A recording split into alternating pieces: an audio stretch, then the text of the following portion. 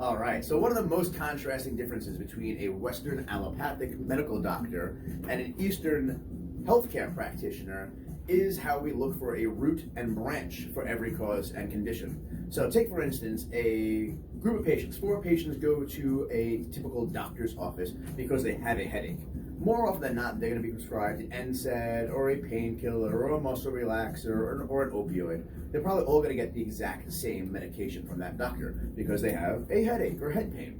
When you come to a healthcare practitioner, we're looking to find out what the root cause, what is actually making your body uniquely symptomatic for the situation that it's in.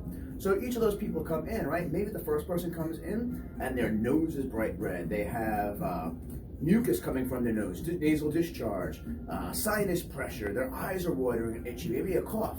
We know this person is probably having allergies or a cold, right? They have sinusitis and they have facial congestion, right? Like they have pressure that's causing their headaches. Second person comes in and maybe this person is a man, very aggressive, very loud, very aggravated. Maybe his face is red, eyes are red, his head's so red that the hair is falling out, right? Person's pretty stressed out. We would look at that person and probably say, hey, that person has high blood pressure, and maybe their stress is leading to their high blood pressure and also to their headaches.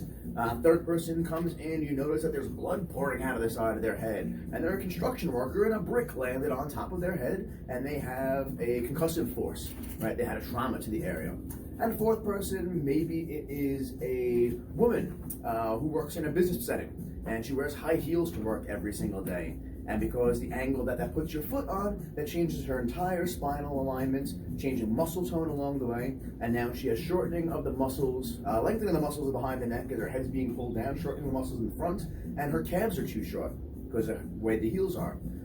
That person, we need to treat them by stretching out their calves. As much as we treat the back of their neck, the root of the problem is actually in their calves. Just like the root of the person for the head trauma is their trauma, the person for sinusitis is their inflammatory responses and their mucus production, and the person with their high blood pressure is actually their stress and their cardioregulatory functions, right? So all 4 of those people will be coming into the practice and being treated completely different ways after we've done a full diagnostic eval, trying to figure out what exactly makes them unique and why their symptoms are presenting the way that they are, so we can induce a therapy to correct those symptoms individually for each one of those people. And that's one of the major differences between healthcare and medical care.